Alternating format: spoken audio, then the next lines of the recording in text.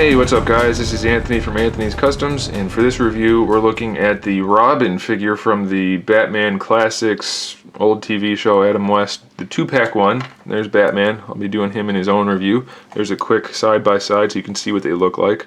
They are to scale, and they come with this base, which is also a base. It has trapdoors in it made of windows, which is actually because it's a building. And they're meant to be climbing it, scaling it. They don't come with a rope, just one of those little paper rope things, so you need to replace that. But you can hang this on the wall using that thing. And then you can have Batman and Robin scaling the wall. And the cool thing, I don't know why I'm talking about the base first, but I am, is you can open the windows. It feels like you're going to break them, but they open. So there it is. There's the base. It really feels like it's going to break. Base and Batman, we'll look at those later. Let's look at Robin. Is it Dick in this version? Is this Dick? I'm not sure. I'm pretty sure it is though. Either way, this is the Burt Ward Robin from the Adam West Batman series. He has a cloth cape with a tag on it. Let's look at the tag. There you go. You need to know that stuff. They made a tag for it.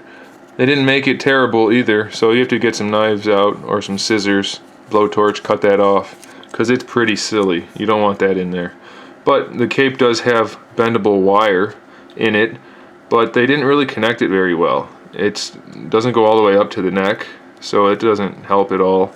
And it spins around inside the cape pretty easily, so it's really not that useful. I guess if you want to make it look like a gust came, and even then it doesn't work. So I mean, it's a nice attempt, and I think it's probably better than nothing, but they could have done a lot better with the wire inside the cape. It's a little disappointing. Cape's not a bad material though. It's very reminiscent of the Soda M. Bison cape, which is the best 6-inch cloth cape I've ever seen. And this is pretty good too, aside from the cloth. The neck part of the cape is plastic, and this does move underneath individually. So if yours comes crooked, you should be able to kind of shimmy it around to square it up. The head, does it come off? No, it doesn't come off. The head's on a standard DC-UC ball peg, so it has a little bit of forward and back, not much.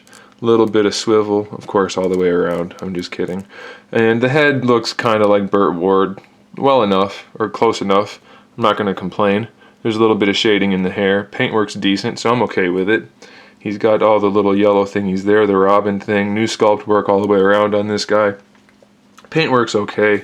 He has a ball hinge shoulder, a cut joint for the bicep swivel. Not really digging that, but it's not horrible. Single jointed elbow. Does he have a boot or a glove swivel? He doesn't. His only swivel is right there in the wrist. Decent sculpt work on the gloves though. I'm okay with it. He has hands that would be used for climbing the rope that you're supposed to have him climbing to scale that building. He's not flying the invisible jet. He's scaling this and holding onto a rope. Trust me. So he has an ab crunch, which sucks. That's it. It looks like you'd have so much more use out of that, but you don't. Might as well not be there. Really horrible. Waist twist is okay. The belt and the little part of his shirt that comes out underneath, it doesn't really flow very smoothly. It makes him look a little pot-bellied and just looks pretty bad. He has standard DC-UC hips though, so that's cool. He has a cut joint for the thigh, which is decent, single jointed knee, and an ankle pivot. So pretty much a standard DC-UC figure with a little bit of retooling here and there. His legs are supposed to be a different color than his arms. If memory serves, he wore tights, and he did not have bare legs like most of the comics and cartoons show Robin. So it's a decent figure. If you're into the classic stuff and you want to feel some nostalgia, this is a decent figure to pick up, or at least the 2-pack. But if you're just a casual collector, this is an easy pass, I think. They didn't do a particularly good job, and if you don't have any connection to this particular version of the character, then it's not a very enticing figure, I don't think. I'm a big Batman fan, and I don't have any connection to the show at all. I thought it was pretty silly. I mean, I know it was supposed to be, but I don't really enjoy owning these figures. I only have them to complete my collection. So I can't say I recommend them unless you really have an inclination That's not the word I want to use. Have any particular desire to pick up this line. Otherwise, it's an easy pass. Alright guys, thanks for watching. Stay tuned for more figure reviews, custom figures, and other good stuff. In the meantime, keep collecting.